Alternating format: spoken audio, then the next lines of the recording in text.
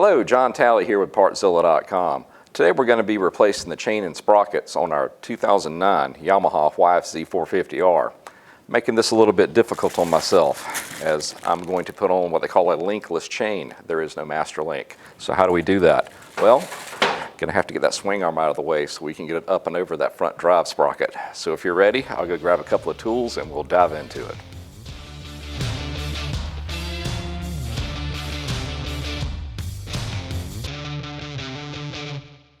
This is going to be a skill level 2, so you really need to pay attention. Plus, I'm going to cut a couple of corners compared to what the Yamaha manual says needs to be done to pull off this procedure. Now, let's go through some of the tools that you're going to need to pull this off. On the deep well socket side, you need a 10, a 12, a 14, and a 17. On the shallow side, a 10, 14, 15, 22, and then this big 30. Add to that a couple of 3/8 extension, and as always, a good 3/8 ratchet. Now on the wrench side, kind of a short list, just a 12 and a 17. On the Allen side, you want to get a 6 and an 8, but you also want to add in this 8 that just has an arm on it. Add to that, flat blade screwdriver, alignment tool, soft blow hammer, and as always, a good torque wrench. Now guys, you want to make sure you watch this one all the way to the end because I'm going to give you the torque values that are going to be needed through the entire procedure. Also, if you would, reference our exploded parts diagrams. That's going to give you an exact picture of everything that's going to come apart and more importantly, how it's going to go back together. So, once you've got all of your tools and your parts ready to go, we can go over there and I'll walk you through it step by step. So let's go. All right guys, let's go ahead and get this thing lifted up. All right, step one. What we're going to do is loosen up all these pinch bolts on that rear hub because we want to put it to the loosest position. In other words, we want to get it to go forward so when we get the new chain, it's got enough room to get on there. So to do that, loosen it up, and then we'll put a pin inside of this hub and we'll actually use the tires to turn that hub inside of the swing arm housing. Let's just put this bolt in here and we're going to rotate the tires forward and that's going to force the hub to spin. And it's a concentric hub and as you can tell the chain is loosening up as I'm doing this.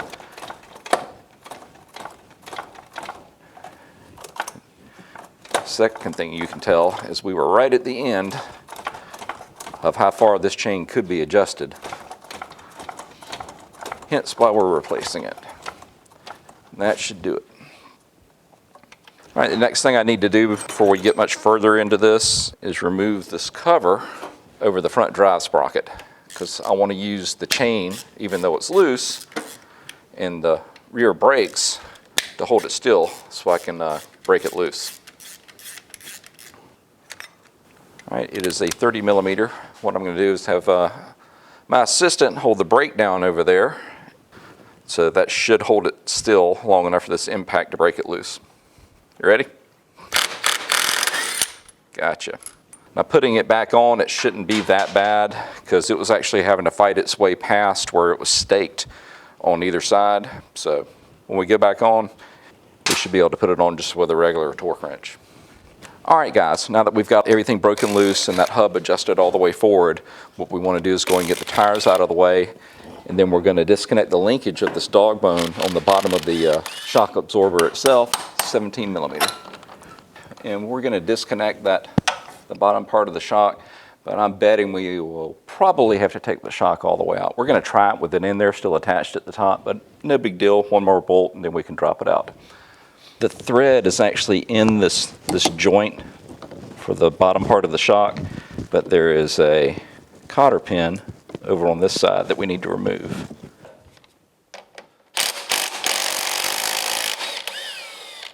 There we go. All right, let's go ahead and get that swing arm bolt off and see where we end up.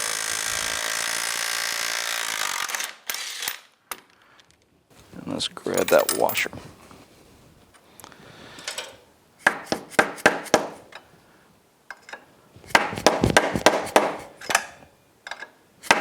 All right, she's pretty well stuck in there, so what I've done is I just put a bolt inside the hollow part of this axle, so give me something I can really connect with.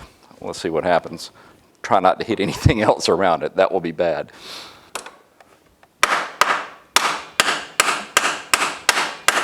Okay, that got it.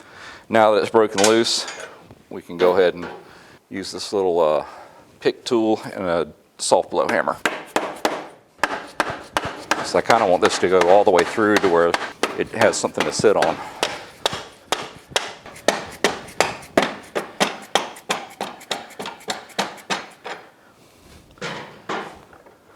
Wahoo! I think we did that without damaging it. That's definitely been in there for a while, so we will be cleaning it up before it goes back in there.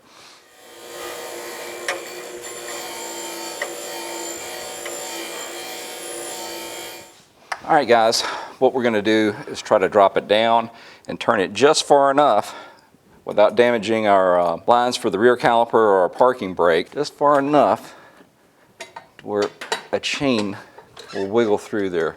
And I think that looks pretty darn close right there. Get our sprocket out of the way. Yeah. Well, it's not per the Yamaha manual, but it works. I see several kinks in it. Plus it was stretched almost beyond what our adjustment can do. Let's go ahead and take off this rear sprocket. Just a 14 on one side and a 8 on the other. Brakes are engaged from pulling it so far.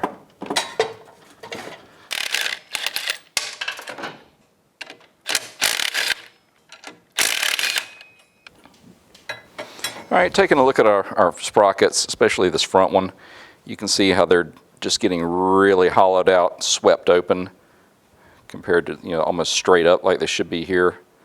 So, yeah, they could have gone a little bit further, but I don't like to push things until they're going to break. I want to replace them before they break because I like to be able to ride back from the trail, not push.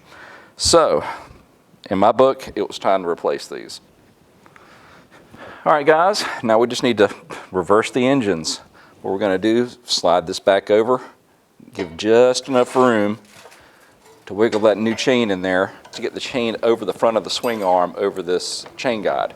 Now, this chain guide, it's about halfway worn out, but the good part is one bolt, take it out, put a new one back in. So we will temporarily use this little guide punch to bring the swing arm up, and then we'll use it to align the bolt that should be in there and draw it through.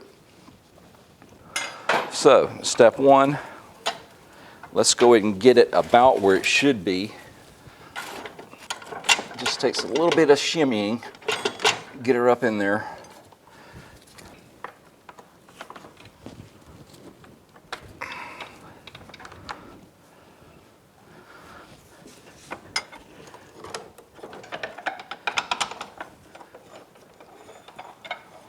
That's looking really close.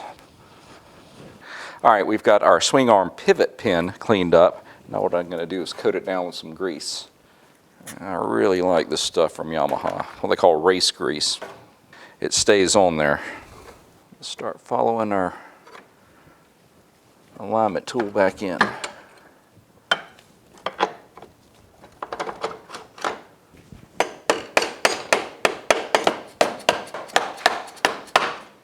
This is really overkill, but I just need a wrench just to turn it just a little bit to line it up in the frame. That should do it. Next goes on our washer, our bolt, and then we're going to torque that to 72 foot-pounds. What we're going to do next is go ahead and put in the bolt for the rear shock, and to do that I'm going to use the scissor to bring it up just a tick to where it lines up. All right, and I've already got a little bit of grease on the bolt that goes through. Get it to line up. We're going to torque that to 40 foot-pounds. All right, next let's go ahead and get that cotter pin back in place. Let's go ahead and get this bolt in for the lower dog bones. Going to grease it up as well. And the torque on this one is 40 foot-pounds as well. All right, next, let's go ahead and put on the front sprocket. And it's important that you put on the sprocket to where the tooth size is facing out.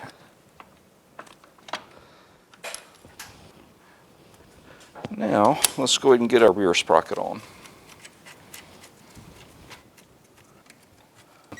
All right, each one of these is going to need 52 foot-pounds. Now, I'm getting ready to tighten down this main output shaft bolt, and I want to take some of the slack out. I can't set the chain sag yet because the machine needs to be sitting on its own wheels. Not in a big hurry without that tire on there. Don't have quite enough leverage. All right. All right, that's enough to at least accomplish this. Now we just set the torque wrench to 72 foot-pounds. All right, at this point, I've got somebody holding the brakes so we can get this torque back down. All right, you ready? Mm-hmm. There it is. Yeah, you definitely need a second person on that. All right, with that torque down, all we need to do now is just stake it on these two little sections right here and right here. All right, we can go and get this out of the way. Get that cover on. Get our tires on. Torque our wheel nuts back down. They're going to go to 32. Next, we need to just drop the unit down and set the chain slack. All right, we're just settling the suspension. And then what we're looking for is somewhere between an inch and 1.25 inches of movement up and down. And you don't want to put more than about 4 pounds of pressure. So you're not trying to stretch it really hard up like that. You're just pushing it gently with your finger. And let's see where we're ending up. What we're looking for here is roughly 3/4 inch to an inch in movement. So you're measuring from it being pushed down ever so slightly to bringing it up. Don't put a lot of pressure on it, more than about 4 or 5 pounds. Just push up, and you're looking for about 3/4 inch to an inch. And we're really, really close. It may be a tick over an inch, but not by much, because I'm not putting hardly any pressure on it. Now this is a new chain. It's going to stretch a fair amount initially. I'm going to tighten it up just a tick to the lower value, right at 3/4 inch. And once it's been out on the trail for, I don't know, 40, 50 miles, definitely need to go check it again because it's going to stretch out. So to adjust it, we're wanting to turn the hub this direction, so we need to go forward a little bit. Insert this, and we don't want to rock it much because we're so close. I think that's about all I want to do. I maybe rotated it 1/4 inch. I think that's going to put us where we want to be. All right, down to 3, up a little bit less than 2 1/8. I'm going to go ahead and call that good, because the worst thing you want to do is over tighten a chain, go through a big jump, the suspension comes up, it's going to pull that chain tighter, and pop, it will break a chain. Now we just need to tighten down these pinch bolts to 14 foot-pounds. Go back and check your outside ones one more time. And in.